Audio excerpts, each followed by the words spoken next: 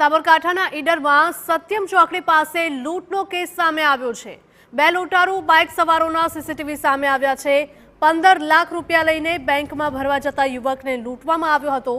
Bank નજીક જ યુવક પાસેથી રૂપિયા તફડાવીને બે ઈસમ ફરાર થઈ ગયા હતા। સીસીટીવીના આધારે ઈડર પોલીસે વધુ તપાસ હાથ ધરી છે। હકીકતમાં યુવક તેની કંપનીના બેંક એકાઉન્ટમાંથી રૂપિયા 20 લાખ ઉપાડીને અન્ય બેંકમાં જમા કરાવવા માટે નીકળ્યો હતો। એક બેંકમાં તેણે 5 લાખ રૂપિયા જમા કરાવી દીધા હતા અને ત્યારબાદ 15 લાખ રૂપિયા અન્ય બેંકમાં જમા કરાવવા જતા તે રિક્ષામાં બેઠો હતો, પરંતુ તે સમયે ત્યાં બાઇક પર પહોંચેલા બે ઈસમોએ તેને લૂંટી લીધો હતો।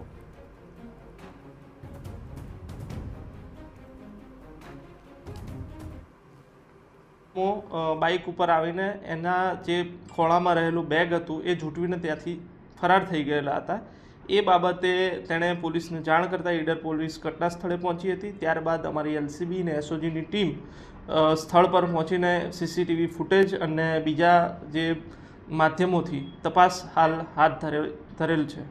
એ બાબતે જે પણ આ જાણતા હતા કે આ વ્યક્તિ 20 લાખ રૂપિયા લઈને આજે ઈડરની વિવિધ બેંકમાં જમા કરવાનો છે, એ તમામ વ્યક્તિઓને આ બાબતે રાઉન્ડ અપ કરવામાં આવશે અને તેમની ગહન પૂછપરછ કરવામાં આવશે।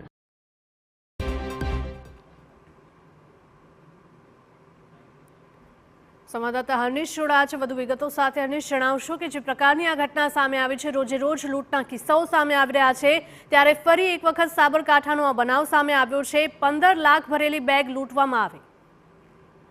હિરલ, આ જે ઘટના જે છે તે સામે આવી છે, બે બેંકોની અંદરથી આ પ્રકારે આ રકમને લઈને આ મામલો હતો અને આ યુવક જે છે તે બંને બેંકની જે રકમ હતી તે રકમને લઈને નીકળ્યો હતો અને એ દરમિયાન ઓટો રિક્ષા પકડવા જવા દરમિયાન આ ઘટના ઘટી હતી।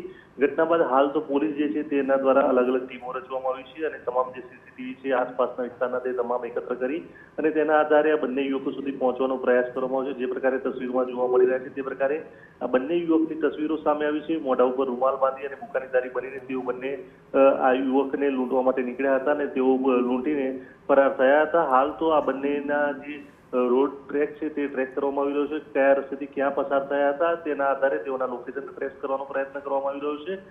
શક્ય છે કે આ બંને આરોપીઓ સુધી પહોંચવાની કડીઓ મળે તે દિશામાં પોલીસ દ્વારા પ્રયાસ હાથ ધરવામાં આવશે। હાલ તો જો કે આ ઘટનાને લઈને વિસ્તારમાં એક ચર્ચાનો માહોલ બન્યો છે।